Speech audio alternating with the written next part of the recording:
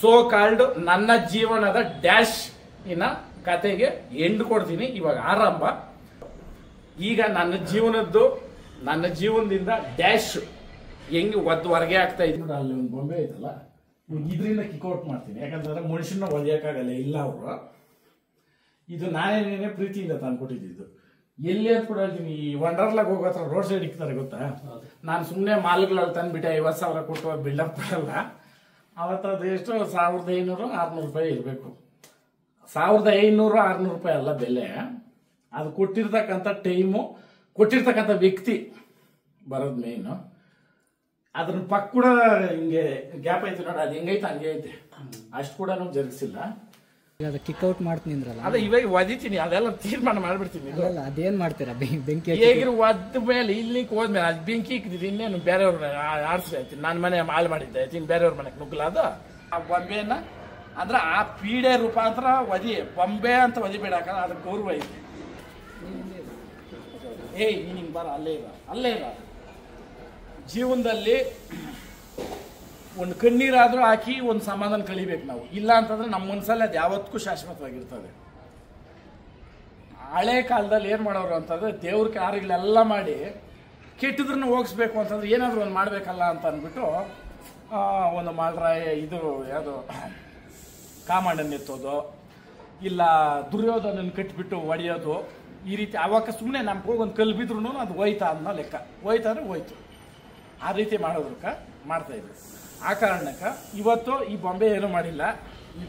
ಇದ್ರನ್ನ ನಾನು ಆ ಡ್ಯಾಶ್ಗಳಿಗೆ ಒಂದು ಇದಾಗಿ ಕೊಟ್ಟಿದ್ದು. ಅದು ಇವತ್ತು ನಾನು ಅದನ್ನ ನೋಡಿದಾಗೆಲ್ಲ ನನಗೆ ಅದೊಂದು ಫೀಲ್ ಇತ್ತು. ಇವತ್ತು ಇದು ಕಿಕ್ಔಟು. ಆ ಕಿಕ್ಔಟು ಕೂಡ ನಾನು ಮಾಡಲ್ಲ. ಯಾಕಂತಂದ್ರೆ ಅದ್ರದ್ದು ಅದನ್ಕೊಂಡು ನಾನು ಒದ್ದಾವಾಗ ಅದ್ರದ್ದು ಇದನ್ನು ನನಗೆ ಇರ್ತೈತೆ.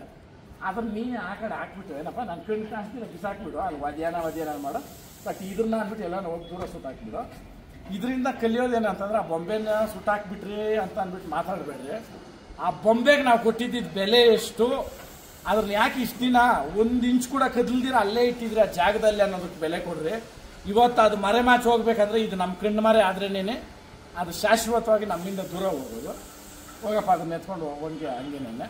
ಆಮೇಲೆ ಇಷ್ಟೊತ್ತು ನಾವು ಮಾತಾಡಿದ್ದಕ್ಕೆ, ಆಮೇಲೆ ಇದು ಕೋಟಿ ತೀರ್ಥಕ್ಕೆ ಹೋದ್ರು ಹಿಂಗೆ ಅಂದ್ರೆ 3 ಸಲ ಸ್ಥಾನಕ್ಕೆ ಸಮ ಅಂತೆ.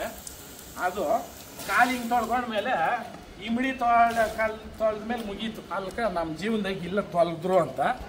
ಇನ್ನೇನಿದ್ರು ಅನ್ಯಾಯ ಪುಣ್ಯ ಭಗವಂತ ನೋಡಬೇಕು.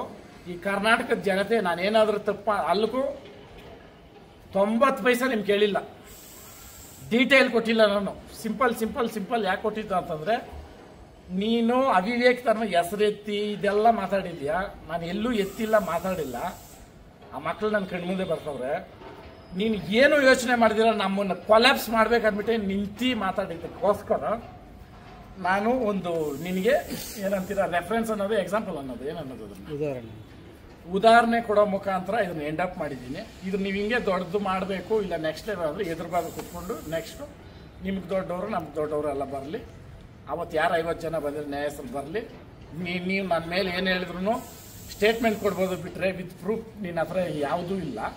ನೀನೇನೇನು ಮಾಡಿದ್ರೆ ವಿತ್ ಪ್ರೂಫ್ ಅಂದರೆ ತೋಟದ ಮನೆಯಿಂದ ಹಿಡಿದು ಯಾರ ಹತ್ರ ನೀನು ಮಾತಾಡಿದ್ರೆ ಕಾನ್ವರ್ಸೇಷನ್ ಸಮೇತ ನಾನು ಕೊಡ್ತೀನಿ.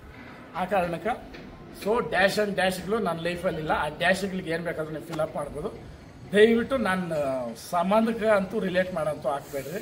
ದಯವಿಟ್ಟು ನೀವು ಅಷ್ಟೇ ಜೀವನದಲ್ಲಿ ಯಾವುದನ್ನು ಕಳ್ಕೊಬೇಕು, ಏನು ಬಿಟ್ಟು ಕಳ್ಕೊಬೇಕು ಅನ್ನೋದು ಕಲ್ಕೊಂಡು ಯಾವುದನ್ನು ಪಡ್ಕೊಬೇಕು, 10,000 ಖರ್ಚು ಮಾಡಿ ಪಡ್ಕೊಂಡನ್ನ. ಎಲ್ರಿಗೂ ಒಳ್ಳೇದಾಗಲಿ. ಜೈ ಹಳ್ಳಿಕಾರ.